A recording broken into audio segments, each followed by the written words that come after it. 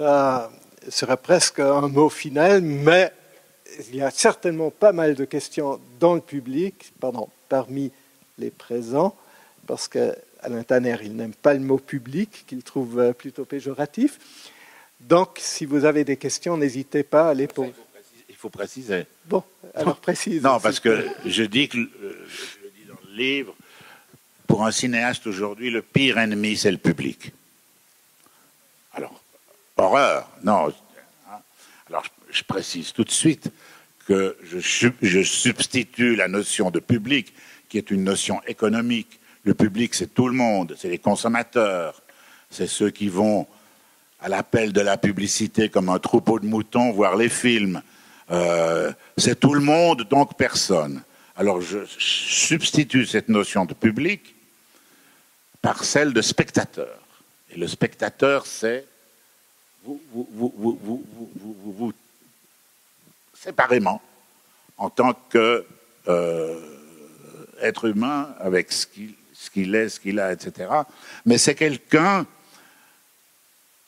à qui j'ai envie de m'adresser et à qui je demande un tout petit effort.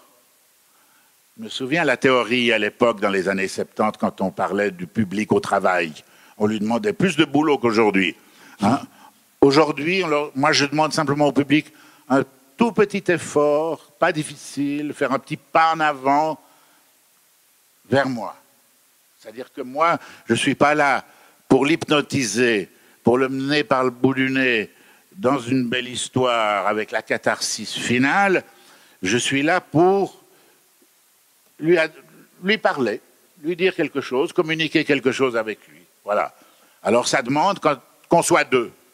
C'est-à-dire, ça demande de la part du spectateur qu'il ne roupille pas dans son fauteuil. C'est donc que tes films procurent, à mon avis, ce que Brecht appelait le plaisir sensuel de penser. Exact. Bon, alors les spectatrices, les spectateurs, ont-elles des questions?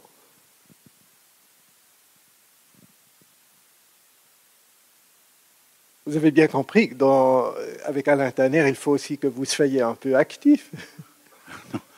Non, je sais que c'est très difficile, et puis là, on n'a pas vu de film. Parfois, après la projection d'un film, c'est souvent aussi difficile, du reste, mais ça peut solliciter les gens plus.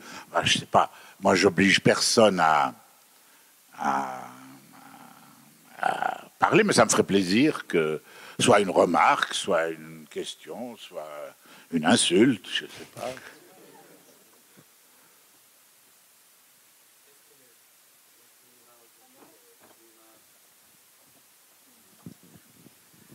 Est-ce qu'aujourd'hui, le cinéma dit engagé, je ne sais pas, c'est difficile de trouver un film engagé aujourd'hui, mais disons, comparé au film de Godard, par exemple, la chinoise...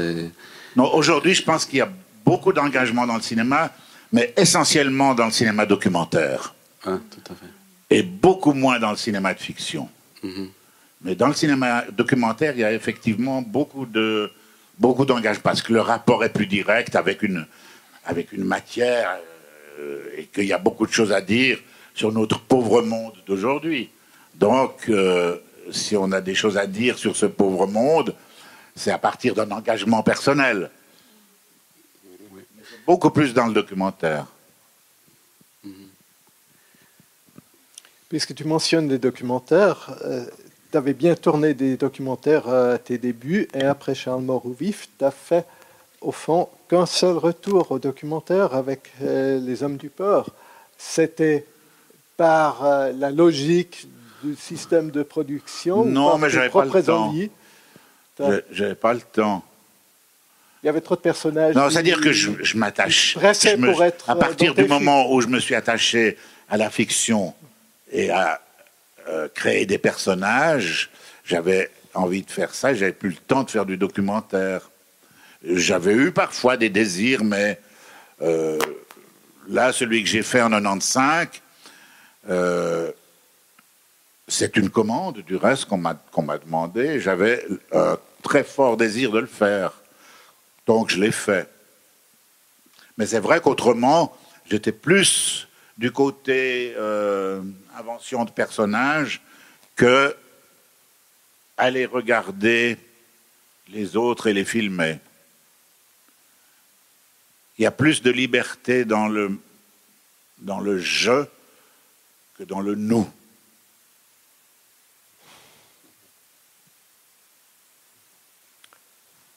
Et cette relation avec le documentaire, je pense il faut aussi mentionner cette phrase « plus c'est vrai, plus c'est faux », et l'inverse « plus c'est faux, plus c'est vrai ». Le documentaire, à première vue, les gens pensent que c'est plus vrai, ce qui évidemment est une illusion. C'est pas une illusion totale. Je crois que y a un rapport quand même avec le sujet qui fait qu'on peut pas. On peut mentir dans la fiction. Il faut pas tricher, mais on peut mentir, c'est-à-dire inventer des choses qui sont pas du tout dans le réel. Tandis que dans le documentaire, on peut pas mentir. Si on fait un documentaire, par exemple, bon, si vous faites un documentaire sur les animaux, c'est autre chose. Mais sur les hommes, moi, le documentaire là que j'ai fait en 95, c'est sur les dockers du port de Gênes.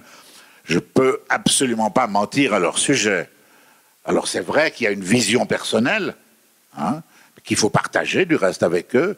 Il y a une vision personnelle de eux, mais je peux pas demander à un docker de sauter par la fenêtre. Je peux demander à un acteur, on met un filet dessous, et puis je peux lui dire, maintenant tu vas sauter par la fenêtre, on est au 6e étage, il y a un filet, t'en fais pas.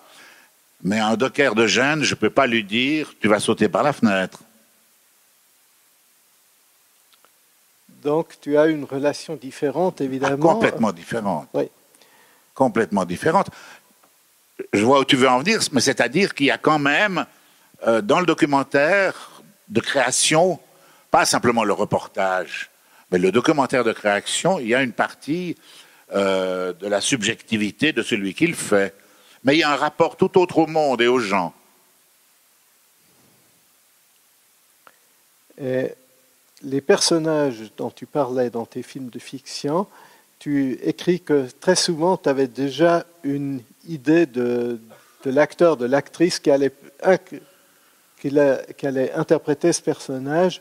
Donc c'est aussi en fonction de la réalité de ce personnage, de cet acteur, de cette actrice, que tu as conçu le personnage? Non, pas vraiment.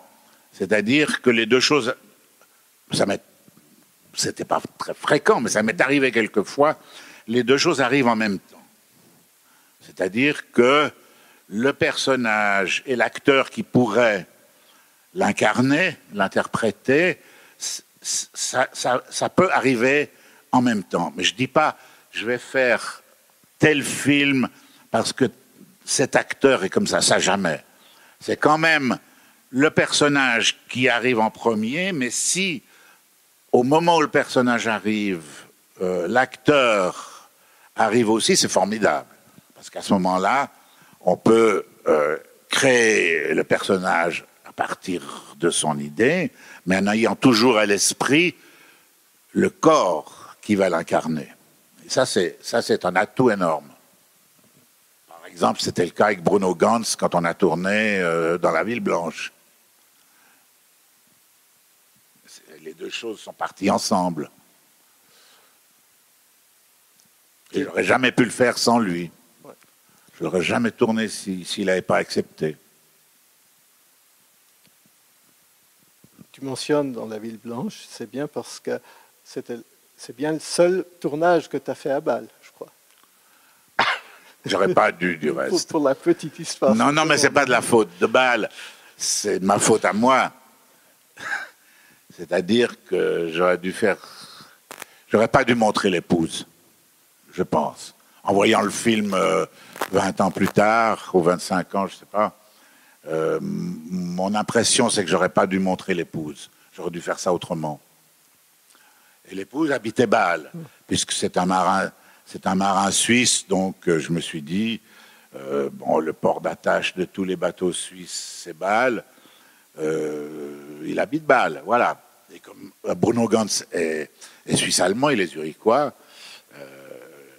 et qu'il a un accent, comme il joue en français dans le film, mais il a un accent allemand. Donc voilà, j'ai choisi Bâle. J'ai choisi Bâle aussi à cause du Rhin, parce que j'ai toujours besoin d'un fleuve ou de la mer. Alors j'ai choisi Bâle parce que j'aime beaucoup le Rhin comme il coule à Bâle, il coule très bien à Bâle. Mieux que la Limmat à Zurich.